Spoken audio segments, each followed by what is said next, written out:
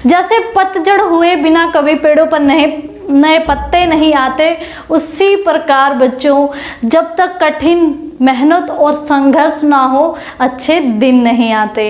और इसी के साथ बच्चों मैं पिंकी स्वागत करती हूँ आपका अपने YouTube चैनल विगी वागा कॉन्सेप्ट में। बच्चों कभी भी कोई भी चीज़ आपको प्रकृति फ्री में नहीं देती।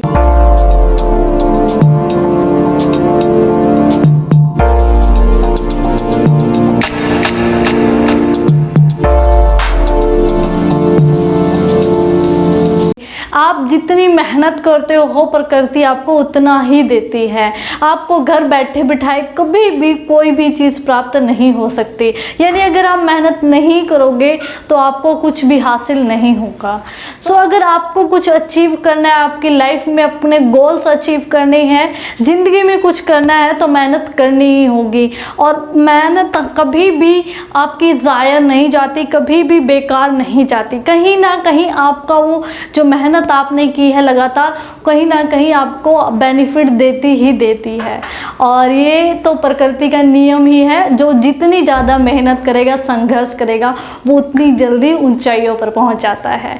और आज हम करने वाले हैं बच्चों, हमारे टॉपिक की तरफ चलते हैं। जो हमारी बाइनोमियल थ्योरम चल रही है वो उसको करते हैं हम लोग। क्या है हमारा चैप्टर? बाइनोमियल थ्योरम, यानी कि द्विपद प्रमेय। ओके, और इसकी आज हम करने वाले हैं टाइप नंबर 3। टाइप 1 में हम लोगों ने कुल पद निकालना सीखा था, यानी कि टोटल टर्म्स फाइंड आउट करना सीखा था।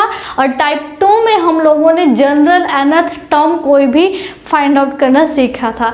आज जो हम आज करेंगे हम लोग टाइप नंबर 3। बच्चों बहुत ज़्यादा आसान है, बहुत इजी है। ये जो आपका एडवांस का मैथ्स आया, जो आपका सिंपल मैथ्स होता है ना रियली, उससे भी बहुत ज़्यादा आसान है ये मैथ्स।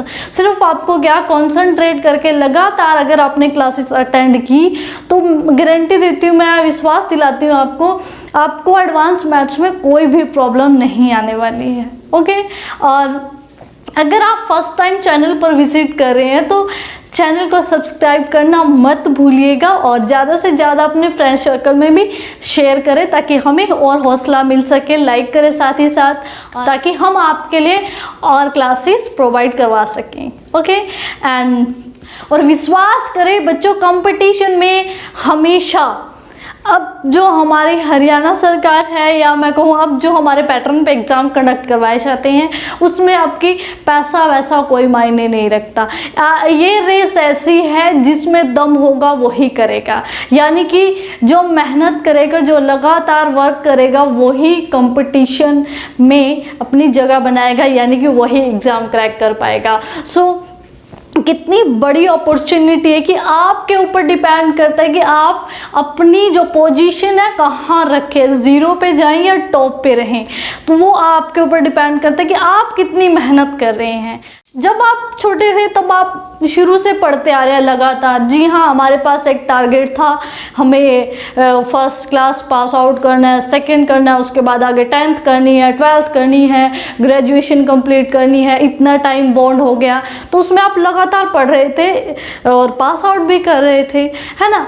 और उसके बाद अब जब हम कंपटीशन की बात करते हैं एट द एंड कि आपका अब क्या है, सिर्फ आपने अगर मैं बात करूं तो आप लोग 80% चल चुके हो जो आपकी मंजिल थी। यानी कि अगर मैं कामयाबी की बात करूँ, आप इतना पढ़ रहे हो, किसके लिए पढ़ रहे हो? आफ्टर ऑल सेटलमेंट, अपने आप को सेटल करने के लिए, सेटल होने के लिए। आप जानते हो कि सबसे अच्छा ऑप्शन क्या है? गवर्नमेंट जॉब का, है ना। तो गवर्नमेंट जॉब का जो आपका लक्ष्य था, आपके पेरेंट्स आपको स्कूल भेज ही क्यों रहे थे? किसके लिए भेज रहे थे? एक सभ्य व्यक्ति बनाने के लिए या फिर कामयाब होने के लिए? अब देखिए, अगर मैं नैतिकता की बात करूँ तो हमारे स्कूल्स में ऐसा कुछ नहीं पढ़ाया जाता। लाइफ के बारे में तो कुछ नहीं पढ़ाया जाता, रियलिटी है। बहुत कम हम लाइफ को सीखते हैं स्कूल में, सिर्फ हमें किताबी ज्ञान दिया जाता है ज़्यादातर। तो उसके लिए अब हम वो ज्ञान किस लिए प्राप्त कर रहे थे? क्या सीखने के लिए? वो जो हम इतनी मेहनत कर रहे थे, हमारे पेरेंट्स इतना पैसा इन्वेस्टमेंट कर रहे थे, किसके लिए कर रहे थे? वो नॉर्मल सी बात है, किसके लिए करें? ताकि हम लोग सक्सेस हो जाएं। और सक्सेस के क्या मायने हैं? हम लोग अच्छी जॉब में सेटल हो पाएं, है ना। अब अच्छी जॉब का मतलब क्या समझते हो आप? गवर्नमेंट जॉब से। अब गवर्नमेंट जॉब का जो आपने शुरू से आपके पेरेंट्स ने जो ड्रीम लिया था, आपने लिया था ड्रीम, यानी आप पढ़ रहे थे, किसके लिए पढ़ रहे थे? गवर्नमेंट जॉब के लिए। शुरू से अब आपने 80% रास्ता कवर कर दिया है, यानी शुरू से चल रहे हैं आप, सही ट्रैक पे चल रहे हैं, 80% आपने रास्ता कवर अप कर दिया। अब बचा है 20%। ये आपके ऊपर डिपेंड करता है, ये ना तो कोई आपका टीचर डंडा लेके खड़ा होगा, ना ही कोई टाइम बाउंड होगा, वो आप यहाँ पर आप अपने गुरु खुद होते हैं। यानी अब आप, नॉर्मल सी बात, आप मैच्योर हो चुके, आप अपना भला बुरा अच्छे से समझते हैं। तो मुझे नहीं लगता कि अभी भी ज़रूरत है कि कोई आपके ऊपर टीचर डंडा लेके खड़ा हो कि पढ़ो, इतना टाइम बाउंड दिया जाए। वो आपकी एबिलिटी के ऊपर डिपेंड करता है, आप में कितनी लगन है इस पर डिपेंड करता है कि आप जो कंपटीशन है, यानी कि गवर्नमेंट जॉब प्राप्त करने का जो आपका लक्ष्य है, ये आप इसको कितने समय में कंप्लीट कर लेते हैं, ये आपके ऊपर डिपेंड करता है। तो जब भी, अब यहाँ पर जब आपने अपनी पूरी एजुकेशन कंप्लीट कर लिया, तो अब कंपटीशन की बात करूँ तो यहाँ पर ओवरऑल सारे जो आपने अब तक पढ़ा था उसको कंप्लीटली कुछ इस तरह से देखा जाता है कि आपकी जो मेंटली पावर है कितनी इंक्रीज हुई है। तो अब इस चीज़ को कवर अप करने के लिए आपको क्या, लगातार, तो इस चीज़ को आपको पास आउट करने के लिए, ये एग्ज़ाम पास आउट करने के लिए क्या करना होगा? आपको चारों तरफ से परफेक्ट होना होगा। यानी आपको सबसे पहले क्या समझना होगा, जब भी आप किसी एक क्लास की बात करो तो सबसे पहले आपके पास क्या होता था? सिलेबस होता था। अगर मैं 10th की बात करूँ तो आपके पास 10th की मैथ की 10 से 15 चैप्टर थे, उसको कंप्लीट करना था। उसके बाद अगर आपका सिलेबस अच्छे से हो गया तो आपका कंप्लीट हो जाता था मैथ्स भी। इस तरह से सारे सब्जेक्ट थे। तो इसी तरह से कंपटीशन की मैं बात करूं, ये जो टेस्ट है सरकारी नौकरी का, इसमें भी आपको पहले सिलेबस डिसाइड करना होगा कि मैथ में कितने चैप्टर हैं, रीजनिंग में कितने हैं, कौन कौन से सब्जेक्ट आते हैं, उसके बाद किस तरह से हमें इसको पढ़ना होगा। सबसे पहले अपना सिलेबस डिसाइड करें, उसके बाद कितने टाइम में ये सब्जेक्ट करूँगा, कितने टाइम में ये सब्जेक्ट, नहीं मैथ्स कितने टाइम में कंप्लीट करना है, जीएस कितने टाइम में कंप्लीट करना है, रीजनिंग कितने टाइम में कंप्लीट करना है। उसके बाद क्या करो, आप अपनी सिलेबस कंप्लीट करने का एक टाइम बनाओ कि मुझे इतने टाइम में ये सिलेबस कंप्लीट करना है। ओके, और उसके बाद आपको क्या करना है कि अपनी टाइम लिमिट डिसाइड करो कि ओवरऑल मुझे इतने टाइम में सारे सब्जेक्ट कंप्लीट करने हैं, फिर इतने टाइम में रिवीजन करना है, और साथ के साथ फॉर्म फिल करना कभी मत भूलें, ताकि आपकी प्रैक्टिस होती रहे, आपको पता चलता रहे कि किस तरह से एग्ज़ाम कंडक्ट करवाए जाते हैं। तो वहाँ से आपको इम्पोर्टेंट व्यू मिल जाता है, आपकी कमियां पता चल जाती हैं कि किस चीज़ में अभी आप वीक हो, किस सब्जेक्ट की आपको ज़्यादा मेहनत करने की ज़रूरत है। तो साथ के साथ अपने टेस्ट भी देते रहें। ये मत समझें कि at the end syllabus complete होगा 1 साल में, उसके बाद ही टेस्ट दूंगा, ये कभी मत करना। आप साथ के साथ फॉर्म फिल करें, टेस्ट भी देते रहे। जैसे आप स्कूल्स में यूटी देते रहते थे, टेस्ट चलते रहते थे लगातार आपके स्कूल्स में भी, तो इसी तरह इसमें भी आपके ये क्या हो जाता है, टेस्ट हो जाता है। तो आपको किसी एक चीज़ पे फोकस मत करो कि ये जॉब आएगी मुझे भाग लेना, उसके पीछे यही जॉब चाहिए, ये चाहिए, वो चाहिए। एक बार पहले सिलेबस कंप्लीट कर लो, उसके टेस्ट लगातार देते रहो, अपने आप को इम्प्रूव करते रहो, अपनी वीक पॉइंट देखते रहो कि अभी मुझे किस चीज़ पे वर्क करना है, और आपका जो सिलेबस है उसको कंप्लीट करना मत भूलें। सिलेबस पे ज़रूर फोकस रखें, कितने चैप्टर हैं मेरे, कितने हो गए हैं, और खुद से टेस्ट लें। अब तो बहुत सारे मॉक टेस्ट सीरीज़ भी आते रहते हैं, ऑफलाइन ऑनलाइन, तो उनमें अपनी प्रैक्टिस भी रखें, प्रैक्टिस करते रहे साथ के साथ कि क्या मुझे इस चैप्टर में कितना इम्प्रूव करना है, क्या क्या मुझे प्रॉब्लम आई थी, उस पे हिट करके दोबारा से रीड करें। तो लगातार अगर आपने 1 साल तक भी, अगर आपने 1 साल का भी अपना लक्ष्य बनाया है, इस तरह से अगर आप वर्क करते जा रहे हो लगातार, तो बच्चों कोई भी टेस्ट आपका नहीं रहेगा 1 साल के बाद। सिर्फ ज़रूरी है कि आप पहले प्लानिंग बनाएं और उसके ऊपर काम करना शुरू कर दें। चलो हम हमारे कॉन्सेप्ट की तरफ चलते हैं। टाइप नंबर 3 डिस्कस करने वाले हैं और मैं बता रही हूँ आपको, बहुत ज़्यादा आसान है, बहुत ही सिंपल है। सिर्फ एक ही चीज़ की कमी होती है कि लगातार कौन फील्ड में टिकता है, मैदान में लगातार कौन काम कर पाता है, सिर्फ यही एक सबसे बड़ी समस्या आती है। तो अगर आपने डिसाइड कर लिया है, उखड़ में सिर दे ही लिया, तो मुश्किल से क्या डरना। अगर आपने डिसाइड कर ही लिया तो लगातार मेहनत करते रहो। और एक साल में कोई दुनिया नहीं उजड़ती है, टाइम तो निकल ही रहा है। अगर पढ़ोगे तब भी निकल रहा है, अगर नहीं पढ़ोगे तब भी निकल रहा है। अब आप एक स्टूडेंट हो, एक पढ़ने वाले बच्चे हो, तो आपका भाई पहला काम भी क्या बनता है, पढ़ाई करना। तो लगातार करते रहो, उससे उबकने की तो बात ही नहीं होती। ओके, अब देखिए मैं बात कर रही थी बाइनोमियल थ्योरम, जिसको हम हिंदी में द्विपद प्रमेय कहते हैं। अब हम टाइप नंबर 3 में क्या डिस्कस करने वाले हैं, गुणांक, कोफिशिएंट। जो दो टर्म होंगी a प्लस b की पावर n, ये क्या है, एक बाइनोमियल एक्सपेंशन है, बाइनोमियल एक्सपेंशन है। अब इस एक्सपेंशन में आपको गुणांक पूछा जा सकता है, a का गुणांक, b का गुणांक या a b दोनों का गुणांक, यानी कि कोफिशिएंट पूछा जा सकता है। ओके, अब सबसे पहले जब भी आपसे, इसमें भी हम लोग general nth term find out करने के फॉर्मूले को यूज करने वाले हैं। तो अब देखिए बच्चों, जब आपसे a का कोफिशिएंट पूछा जाए, a का कोफिशिएंट यानी कि गुणांक पूछा जाए, तब आपको क्या करना होगा, मैंने सबसे पहले आपको यही बताया है कि इसमें भी हम लोग general nth term find out करने का फॉर्मूला अप्लाई करेंगे। तो यहां से ये किसके इक्वल था, tr+1 is equal to NCR and a raise to power n-r and b raise to power r। यही था ना आपका जनरल टर्म फाइंड आउट करने का फॉर्मूला, यही है ना। अब यहां पर जब आपसे a का, यानी जो पहला पद होगा फर्स्ट टर्म, उसके गुणांक यानी उसके कोफिशिएंट पूछे जाएं, तब आपको पता ही है जो हमारा general nth term find out करने का फॉर्मूला किसके ऊपर डिपेंड करता है, पूरा के पूरा। देखो n तो मिलता ही मिलता है, किसके ऊपर डिपेंड करता है, r के ऊपर डिपेंड करता है। किसके ऊपर, r के ऊपर। सो यहाँ पर आपको एक पावर जरूर दी जाएगी। क्या किया जाएगा, एक पावर दी जाएगी।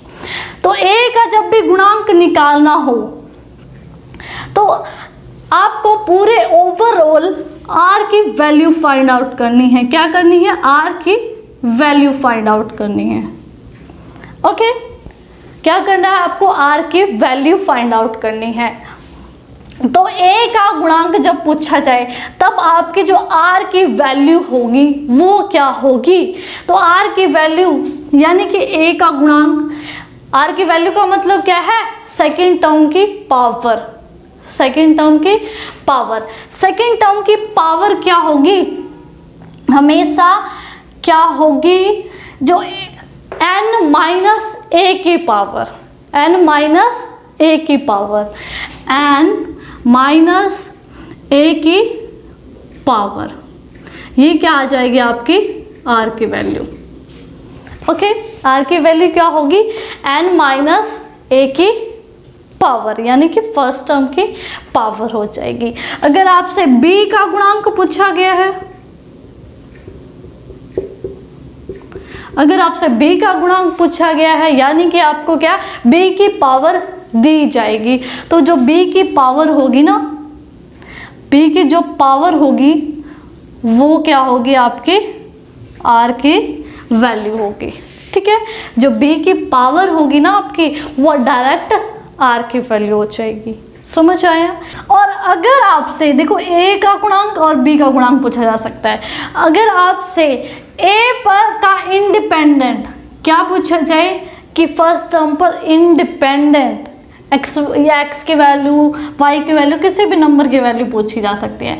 तो जब भी आपसे इंडिपेंडेंट, फर्स्ट टर्म पर इंडिपेंडेंट वैल्यू पूछी जाए तो क्या होगी आपकी n+1, यानी कि जो लास्ट की टर्म होगी, क्या लास्ट की टर्म। आपको पता है टोटल टर्म्स किस तरह से निकालते हैं, n+1, n+1 तरीके। टोटल टर्म्स क्या होंगे, n+1। फॉर एग्जाम्पल यहाँ पर ये 5 है तो n+1 टोटल टर्म्स कितनी हो जाएंगी, 6। तो जब आपसे पहली टर्म पर इंडिपेंडेंट, क्या इंडिपेंडेंट कोफिशिएंट पूछा जाए तो जो आपकी लास्ट टर्म होगी वो आपकी क्या होगी, independent of first term. Okay, clear है। जो लास्ट टर्म होगी वो इंडिपेंडेंट होगी किसके, फर्स्ट के। लास्ट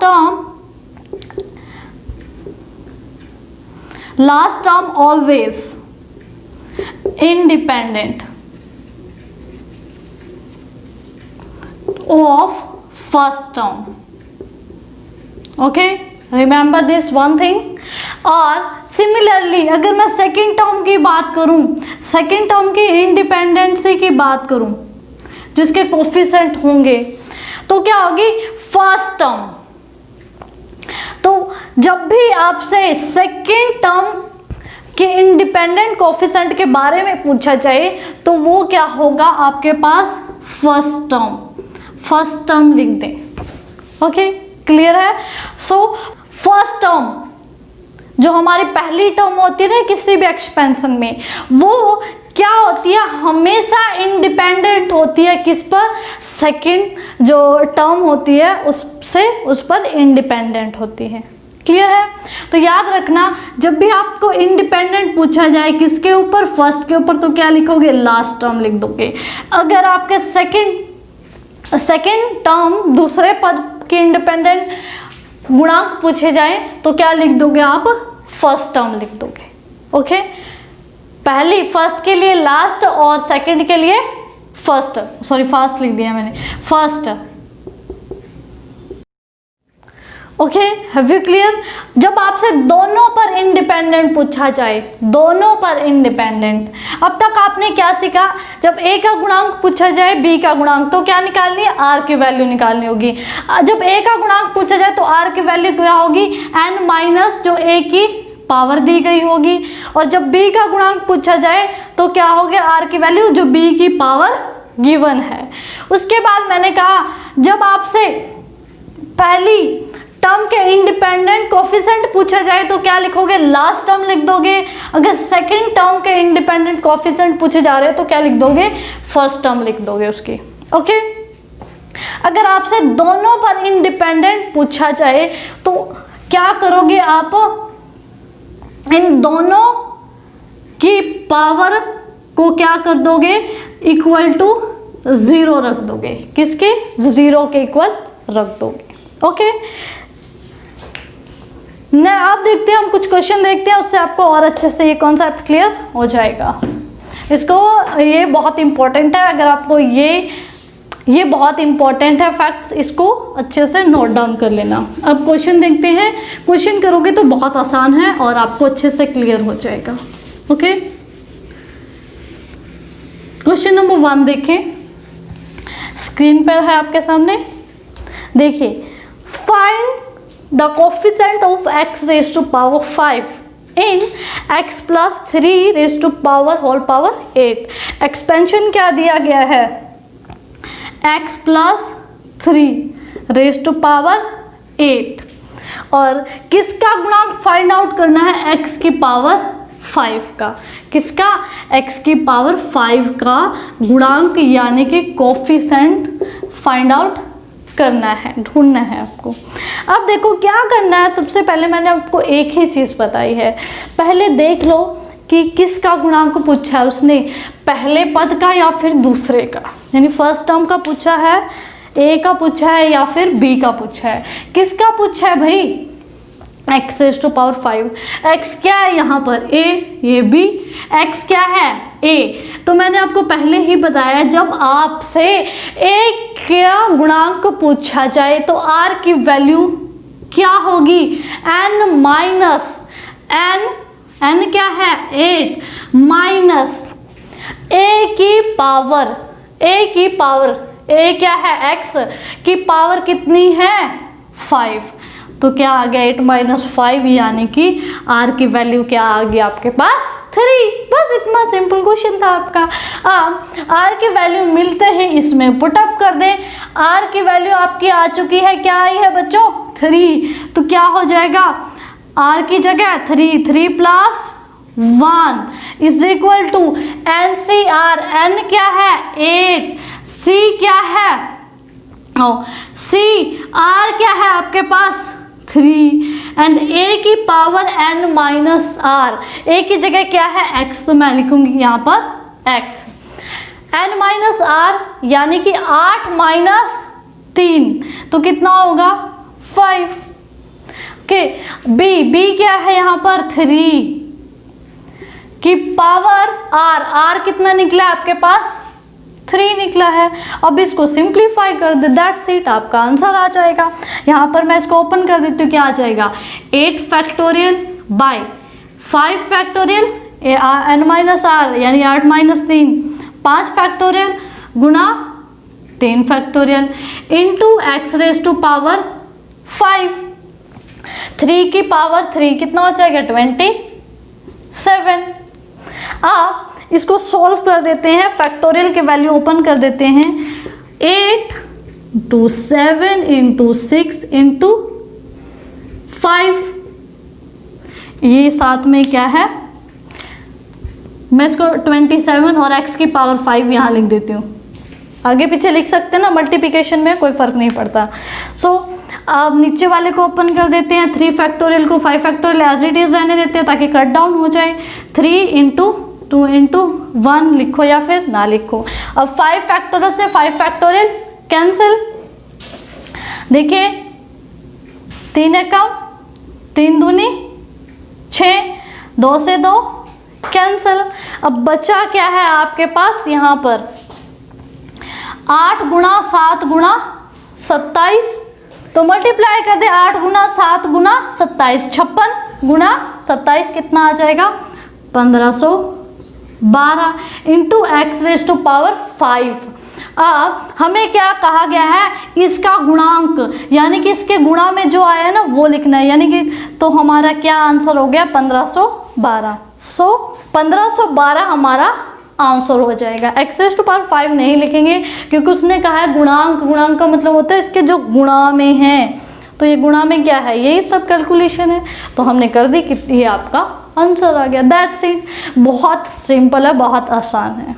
ओके इसी के साथ नेक्स्ट क्वेश्चन देखिए स्क्रीन पे, फटाफट ट्राई टू सॉल्व इट, फटाफट कोशिश करें इसको सॉल्व करने की, बहुत आसान है। अब आपके पास दोनों दिए गए हैं, आप सबसे पहले आपको क्या करना है ये देखना है कि r की वैल्यू निकालनी है। क्या आपको किसका गुणांक पूछा गया है, a या b का। ओके सो क्वेश्चन देखिए, find the coefficient of a⁵ and b⁵ in expansion a - 2b is whole raised to power 12। अब आपके पास एक्सपेंशन क्या गिवन है a - 2b, a - 2b expansion है कि होल पावर 12 एंड किसका गुणांक फाइंड आउट करना है बच्चों, a⁻⁵ एंड b⁻⁷। इसका जो गुणांक होगा यानी कि कोफिशिएंट है वो आपको बताना है क्या होगा। ओके यानी कि इन दोनों के जो गुणा में क्या संख्या आएगी वो आपको बतानी है। आई होप कि आपने शुरुआत कर दी होगी और काफ़ी हद तक सॉल्व भी कर लिया होगा क्वेश्चन को। अब देखिए सबसे पहले आपको क्या पता होना चाहिए, जब भी आप गुणांक निकाल रहे हैं, कोफिशिएंट निकाल रहे हैं, तो आपको r की वैल्यू पता होनी चाहिए। अब यहाँ से r की वैल्यू देखिए आपके पास a और b यानी कि दोनों कोफिशिएंट गिवन है a और b, आप क्या किसका यूज करेंगे, a का या फिर b का। r की वैल्यू इजीली कहाँ से निकाल सकते हैं आप, b की पावर से। कहाँ से, b की पावर, क्योंकि r क्या होगा, जो b की पावर गिवन होगी, जो b की पावर गिवन होगी वो हमेशा r की वैल्यू होगी। तो आप क्या यूज करेंगे, b की पावर 7, यानी कि आपके पास r की वैल्यू क्या आ गई है 7। आर की वैल्यू क्या है 7। देखो यहाँ पर बी की पावर क्या 7 दी गई है, यानी सेकंड कोफिशिएंट दिया गया है, तो आर की वैल्यू क्या होगी आपकी, जो बी की पावर गिवन है, यानी सेकंड टर्म की जो पावर दी गई होगी। यहाँ पर सेकंड टर्म की पावर 7 दी गई है, तो डायरेक्ट आर क्या हो गया आपके पास 7। ओके, या फिर पहले वाला तरीका भी लगा सकते हो आप, क्या आर की वैल्यू निकालने के लिए n माइनस ए की पावर जो दी गई है, तो 12 माइनस 5 होगा, कितना होगा 7 ही होगा। तो ये आपके पास डायरेक्ट गिवन है, क्या ज़रूरत है वहाँ जाने की आपको। ओके, अब आपके पास आर की वैल्यू आ चुकी है 7, आर की वैल्यू क्या आ गई है 7। अब 7 आ गई है तो फटाफट अप्लाई कर दो, फॉर्मूले में डालो और आंसर निकालो फटाफट। तो डाल दो बच्चों फॉर्मूले में, फॉर्मूला क्या कह रहा है टी आर प्लस 1 यानी कि 7 plus 1 is equal to N C R, N क्या है 12, सी आर क्या है 7 एंड ए की जगह क्या है ए की power n minus R. N minus R का मतलब 12 माइनस 7 कितना हो जाएगी 5 and b raise to power r यानी कि b की पावर क्या 7, सॉरी b क्या है यहाँ पर -2b, b क्या है -2b की पावर क्या r यानी कि पावर क्या हो जाएगी 7। अब इसको सॉल्व कर दिया, आपके पास आंसर आ गया, दैट्स इट। तो सॉल्व करेंगे इसको 12 factorial by n minus R factorial 7, 12 minus 7 5 factorial into 7 factorial, okay, यानी कि R factorial A raise to power 5 and क्या है ये दो टर्म्स है, उनकी पावर से सिंगल दी गई है, यानी कि ये किसकी 2 की पावर भी है और b की पावर भी है, -2 की पावर 7 एंड b की पावर ऑल्सो 7। ठीक है, अब इसको सॉल्व कर दे फटाफट। इसको 12 फैक्टोरियल को मैं क्या लिख सकती हूँ, 12 फैक्टोरियल को ओपन आउट कर देती हूँ। 12 फैक्टोरियल 12 इंटू 11 10 9 8 एंड 7 फैक्टोरियल, ताकि कट डाउन हो सके। 7 फैक्टोरियल से 7 फैक्टोरियल कैंसिल। यहाँ पर 5 फैक्टोरियल को ओपन आउट कर देते हैं। 5 इंटू 4 इंटू 3 इंटू 2, ओके।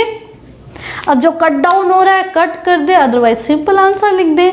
मैं ये माइनस यहाँ पे लिख देती हूँ क्योंकि देखिए ये क्या है 7 क्या है एक ऑड नंबर है ना, तो ऑड नंबर है तो क्या होगी पूरी की पूरी संख्या किसकी माइनस की, तो मैं डायरेक्ट लिख देती हूँ ये पूरी टर्म किसकी हो जाएगी माइनस की आपकी। अब जहाँ पे कट डाउन हो रहा है वहाँ पर कट कर देते हैं। तो 5 5 दूनी 10 3 तिया 9 और 4 दूनी 8, 2 से 2 कैंसिल। अब जो बचा क्या है 12 गुना 11, इधर 2 गुना 3 ये बचे हैं और इधर 2 की पावर 7 है। तो इसको मल्टीप्लाई कर दें, आपका आंसर आ जाएगा 101 300 376। ठीक है, तो ये आपके पास a की पावर 5 एंड b की पावर 7। हमें क्या लिखना है इसके मल्टीपल, यानी सॉरी हमें क्या लिखना है इसके गुणांक के कोफिशिएंट। तो इसके लिखना है ना, ये नहीं लिखना है हमें। तो ये हमारा क्या आ जाएगा नंबर ओनली आंसर हो जाएगा। Okay, have you got it. ये माइनस का था इसलिए माइनस को, तो है ना बहुत सिंपल, बहुत इजी है। सो इसी के साथ बच्चों एक और क्वेश्चन देख लेते हैं जिससे आपका बेस और अच्छे से बन सके। सो क्वेश्चन स्क्रीन पे है आपके सामने, फटाफट ट्राई टू सॉल्व इट। इसको भी सॉल्व करने का प्रयास करें। जी हाँ, बहुत ही आसान है, ये कॉन्सेप्ट भी सेम है क्वेश्चन। अब देखिए आपकी जो थर्ड टाइप मैंने बताई थी इंडिपेंडेंट पूछ लिया गया। Find the coefficient which is independent on x. Expansion क्या दिया गया है आपको 2x माइनस 3/x। एक्सपेंशन क्या दिया गया है 2x minus 3/x whole raise to power 6। इसमें आपसे पूछा गया है x पर इंडिपेंडेंट कोफिशिएंट। आप देखो बच्चों, अब यहाँ पर देखिए x की वैल्यू देखिए फर्स्ट में भी है और सेकंड में भी, यानी कि दोनों पर इंडिपेंडेंट। तो मैंने आपको पहले ही बताया है, क्या करोगे, जिसकी वैल्यू यानी कि जिसका कोफिशिएंट पूछा गया है x की पावर क्या कर दोगे, यानी a और b दोनों की पावर को क्या इक्वल टू 0 रख देंगे। ओके, सबसे पहले इसको अप्लाई करेंगे। हमारा ये जो बेसिक फॉर्मूला है tr प्लस 1, r की वैल्यू अब हमें नहीं पता है, नहीं सॉल्व कर सकते हम लोग r की वैल्यू, क्योंकि उसने x पर इंडिपेंडेंट यानी कि x की पावर 0 दे दी है, और x फर्स्ट में भी है सेकंड में, यानी a और b दोनों में ही x है।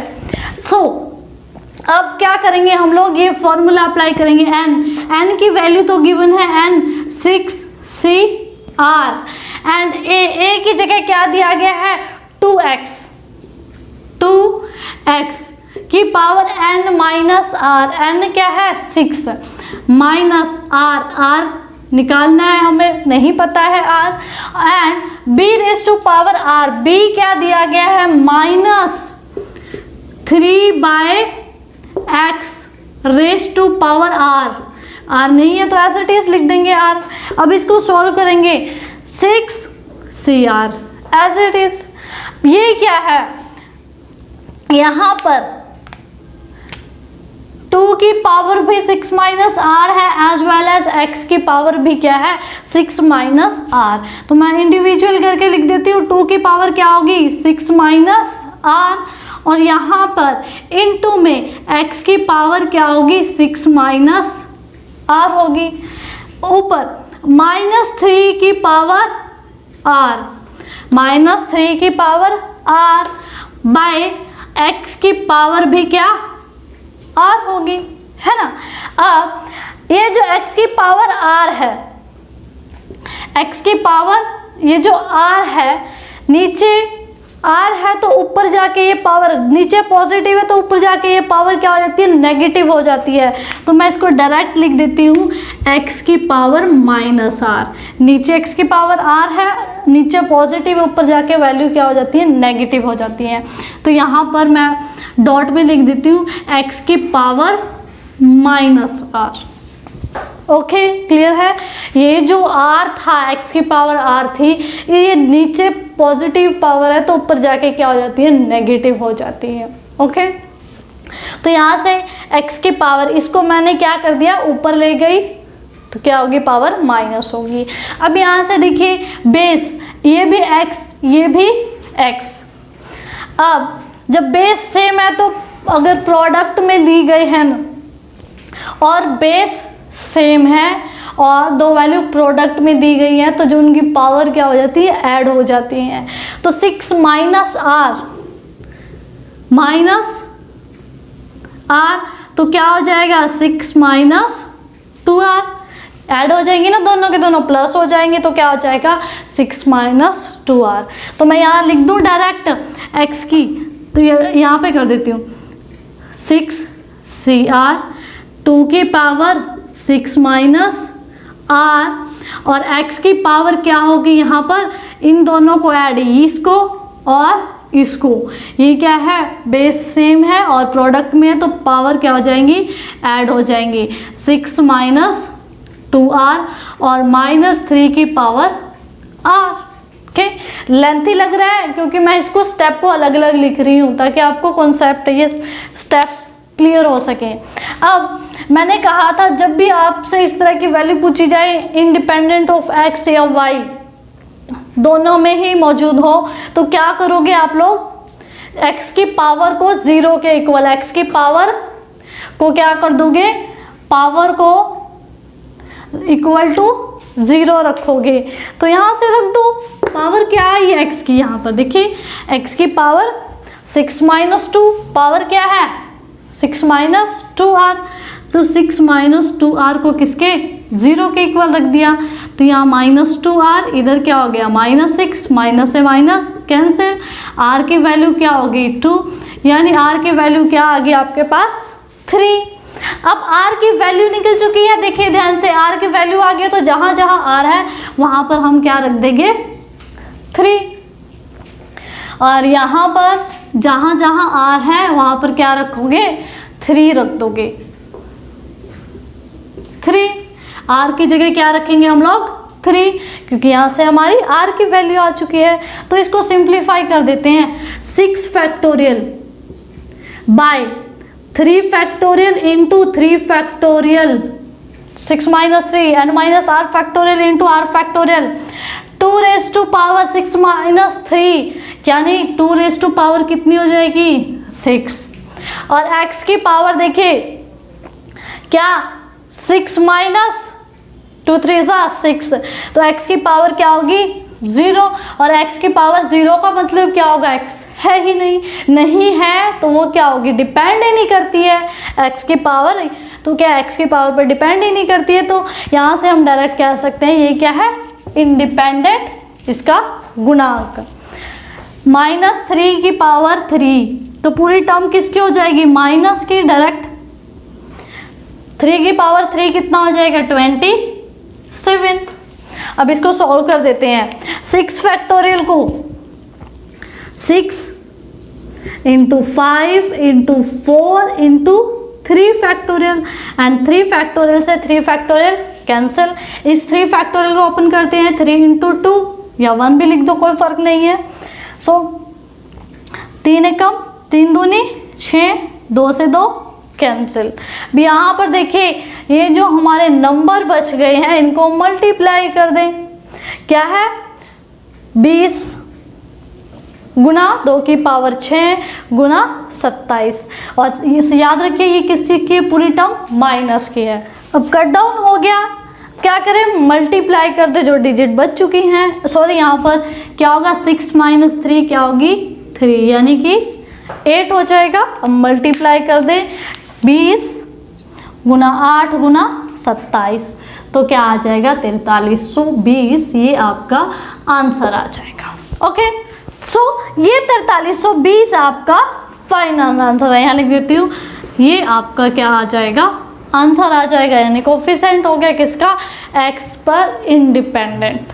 ओके, तो ये थे बच्चों हमारे सिंपल क्वेश्चंस टाइप नंबर 3 यानी कि गुणांक पर आधारित जो आपके सवाल थे। ओके, उम्मीद करते हैं ये क्लास आपको अच्छे से समझ आई होगी, और ज़्यादा से ज़्यादा वीडियो को शेयर करें, लाइक करें, कमेंट करें, और इसी के साथ आज की क्लास यहीं पर ख़त्म करते हुए अलविदा लेते हैं आपसे, और अपना ख्याल रखिएगा और सुरक्षित रहिएगा। Okay, bye bye.